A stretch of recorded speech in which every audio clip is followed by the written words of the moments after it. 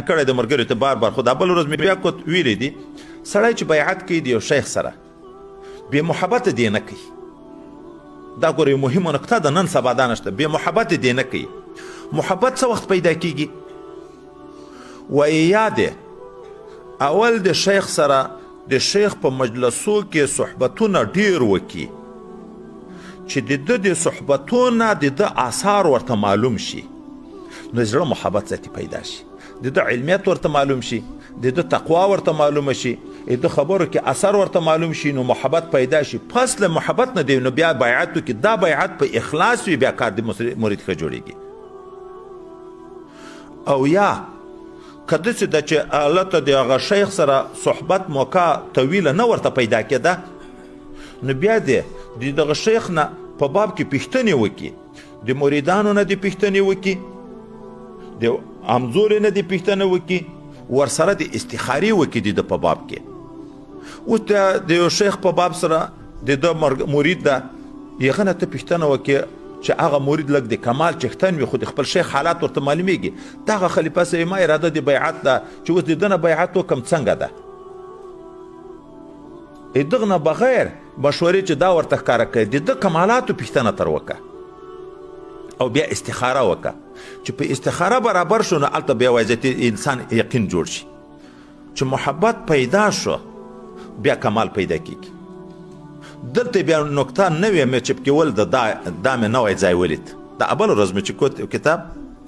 وایي چې محبت نه کمال نه پیدا کیږي بیا محبت ته، خو محبت بیا هلته نه پیدا کیږي کمال ته تر څو نه رسیږي چې په نایت نه یې راغلی، په دا یوه شخص باندې عاشق شوی نه یې دغې وجه نه چې تر څو پورې د تا محبت کمال ته نه یې رسېدلی د خپل شیخ په باب کې بل پیر ته به هم نه ځي حتی زیارت ته به هم نه ځي د استفاضې په نیت باندې. دغه ځای ډېر مهم ده. دا چې اوس پلانکي پیر ته ورشه د برکت دپاره چې څه به تر حاصل کړي، پلانکي زیارت ته لاړ شه د برکت دپاره چې څه به تر حاصل کړي، دا چې ته هلته ځې هغه خپل شیخ کې وایي محبت نه د کمال ته رسېدلی نو تردد پیدا شي. بیا نو د بل په مجلس کې چې لږ څه شی ورته پیدا شي د خپل شیخ نه دستي توجه واوړي یخ طرف ته. او چې یو وارې شیخ کې محبت کمال ته په نایت ته ورسېدو بیا ذاتي د بل مجلس او د خپل مجلس او د پیر او د زیارت او د دغه فرق بیا نه ورته راځي. که په شیخ هلته په زیارت کې کوم کمالات ویني،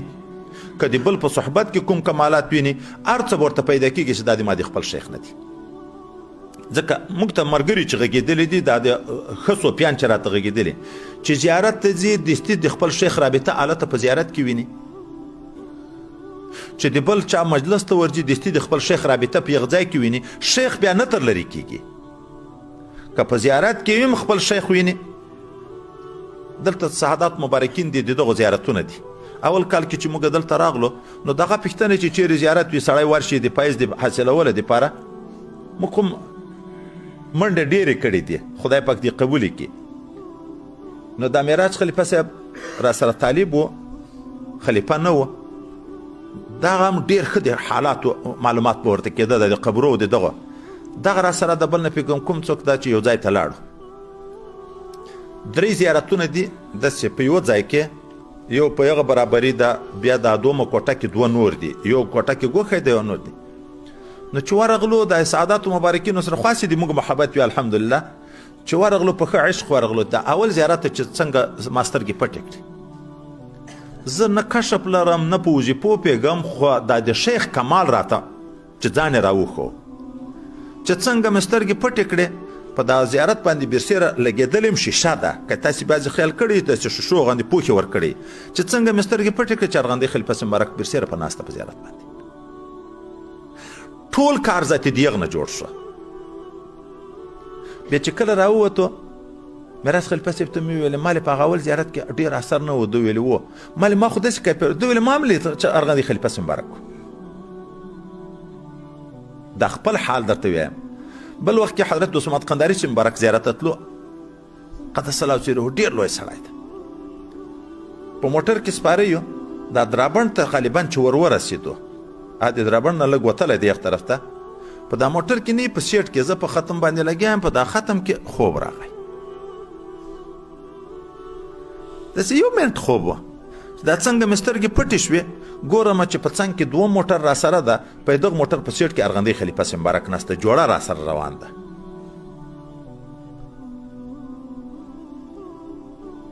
دلته چې اوس سړی داسې ځای ته ورسېږي بیا زیارتو ته دیم ځي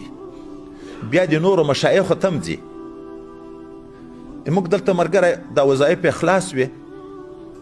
معذون و نه پوهېږم که نه و معذون ډېر ښه د کشف چښتن ده نو د عصمت خندري چې مبارک ته تلو ما نه اجازه واخیسته ما ورته ویلې ورشه د ما سلام ورته ویایه هر وخت به چې تلو اجازه بې غوښته بل وار چې راغی وایي ادارې وار بیا بیا څه حالات هم راته ویلې وایي چې زیارت ته لاړم د تا سلام مې ویر شو سلام مې وکړه وظیفه مې وکړه بس وچه لیار ور درېده نه وظیفه کېږي نه ښه کېږي نه دی وایي توجه کوي سړی دا څه نقصان درنه پېښ شوی چې را په یاد شو چې تا سلام رانه ویرده چې سلام مې ور واچوه بس کیسه جوړه شوه دا موږ یو بل ملګري راته قصه کوله چې حضور اقدس صلی الله علیه وسلم زیارت مبارکه ته چې زه به ورغلم چې هر وار به مې د هغه خپل خلیفه صاحب سلام اول ور واچوه بیا چې د یو طرف نه څومره شفقت و هغه شفقت ما دغسې وخت کې نه شوی پیدا کولی نو چې سړی پنایت ته ورسېږي بیا دې وایي که بل پیر ته ځیم د هغه په مجلس کې کینیم بیا اثر نه کوي پنایت نه بدلیږي که بیا زیارت ته ځیم پنایت نه بدلیږي ځکه خدا ورته معلوم وي چې کمال مې ټول په خپل شیخ کې ده نو دیغه نه چې پیز دا پیز ما ته خو دیغه نه لیار چا را جوړ کړی